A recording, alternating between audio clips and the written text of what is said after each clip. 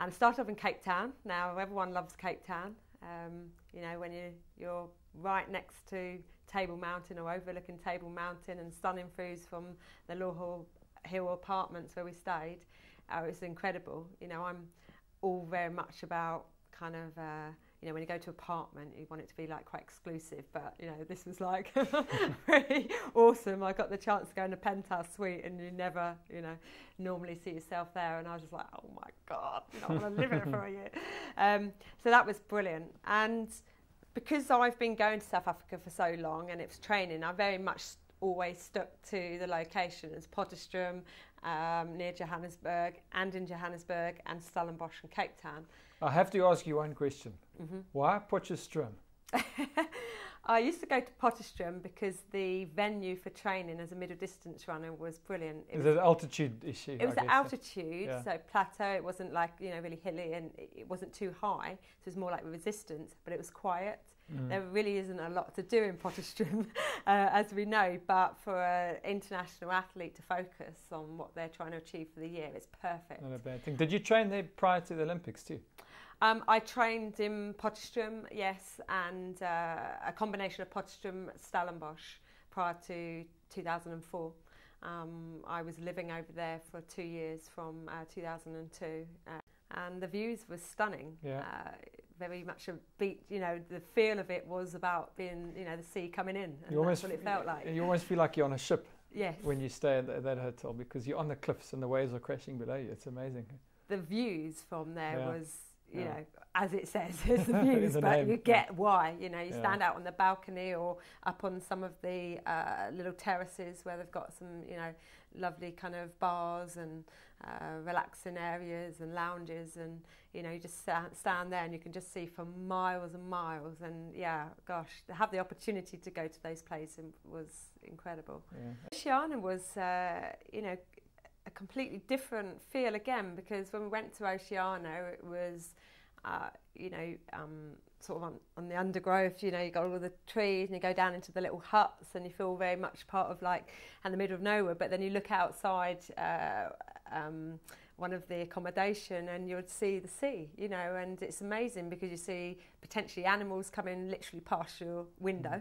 You know, just down on the grass verge, and then you've got the sea, and actually the sand dunes, how they were created through there was just, you know, every time you go to an environment in South Africa anyway, you see something so different. But what I loved about going on the Mantis trip was the contrast of all of the facilities that I got to go to, and they were all just as stunning. People were really friendly, the food was excellent, and you know, couldn't have asked for a better holiday.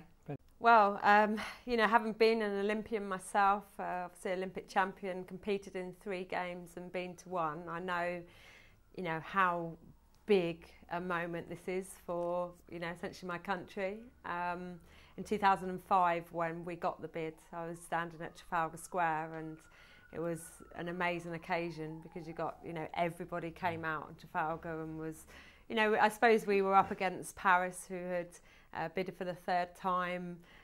We thought we put in a great bid. We wasn't sure whether we were going to get it, and suddenly, you know, we have won London. It's coming to London and Great Britain.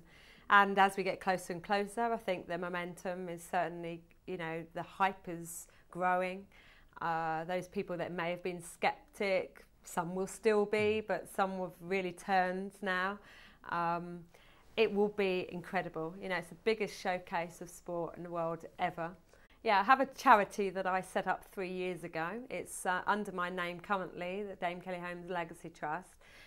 Essentially what we do is 2 areas. We work with retired sporting champions who are transitioning from the world of sport into new careers, but the I suppose the charity arm of what we do is the recipients are children, vulnerable children, disadvantaged children.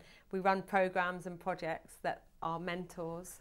These are international athletes, mentor our young children to get the best out of them. So it's essentially creating life chances for young people is our strapline.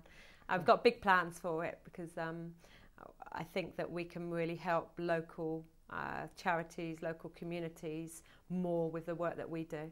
and I hope that I can bring the charity up even more profile so that people feel there's a big spread and a lot of people are benefiting from the work that we do. Good. Well, winning both the 800 and 1500 metres probably surpassed my own expectations and dreams. I'd always, since the age of 14, wanted to be Olympic 1500 metre champion, but the 800 metres was something that I knew I had the opportunity, or I suppose the ability to win a medal in. When I won the 800 metres, it was a complete shock. Most people in Great Britain remember my face crossing the line and, you know, the unknown eyes popping out the head type moment. And so I suppose that was like something where I just like, oh my gosh, wow.